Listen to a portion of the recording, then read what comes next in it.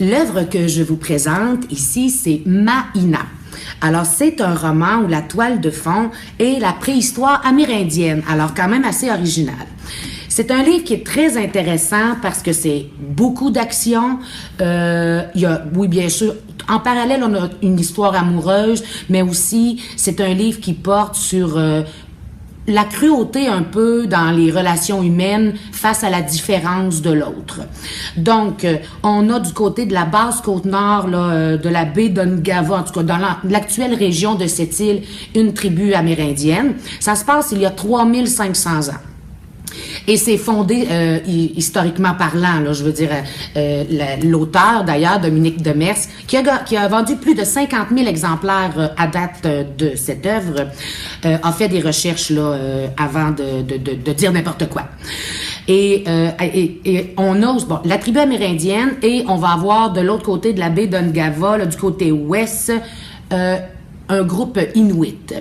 Et c'est un peu un roman qui porte sur les premières rencontres entre Amérindiens et Inuits, puisque pendant un certain temps, ils sont chacun restés dans leur canton, puis ça se voisinait pas vraiment, même que il y avait des légendes, des fois, dans la tribu amérindienne d'un certain Inuit qui avait rendu visite, puis qui mangeait de la viande crue.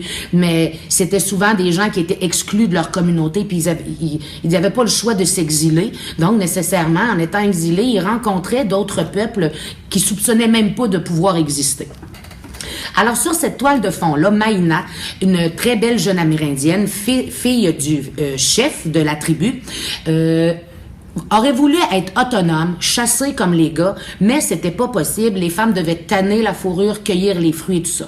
Elle était promise à une espèce là de grosse brute, dont j'oublie le nom ici, mais vous perdez rien pour l'attendre. Il est présenté dès le début du roman. Et lui, c'est la brute. De temps en temps, un viol par-ci, un viol par-là, puis il sent vraiment qu'il peut avoir main sur Maïna, mais elle a une espèce d'impératif là de s'imposer, de s'affirmer. Donc, elle ne le prendra pas, puis il va faire plusieurs gaffes là assez criminelles, merci. Et lorsqu'elle va voir qu'elle est prise pour l'épouser, parce que son père va décéder très tôt dans le roman, elle va fuir. Et éventuellement, elle va arriver vers des tribus Inuits. Elle va rencontrer un grand chasseur là-bas qui est très, très visé par la gente féminine. Et lui va tomber amoureux de Maïna, ce qui va déranger toute la communauté Inuit. Alors, on a toute cette toile de fond-là là, de confrontation des races, si vous voulez, des ethnies, comme on le voit encore aujourd'hui, mais ça se situe d'un contexte il y a 3500 ans. C'est vraiment touchant. Il y a des choses qui sont très dures dans ce roman-là. Donc, on est vraiment dedans. On voyage avec Maïna, on la comprend et on voit que plus ça passe, plus c'est pareil. Bon, en tout cas, c'est ce que ça sonne un peu avec ce roman-là, mais vraiment touchant. On a peur de le finir. Quand il arrive à la fin, on perd un ami. Alors, bonne lecture.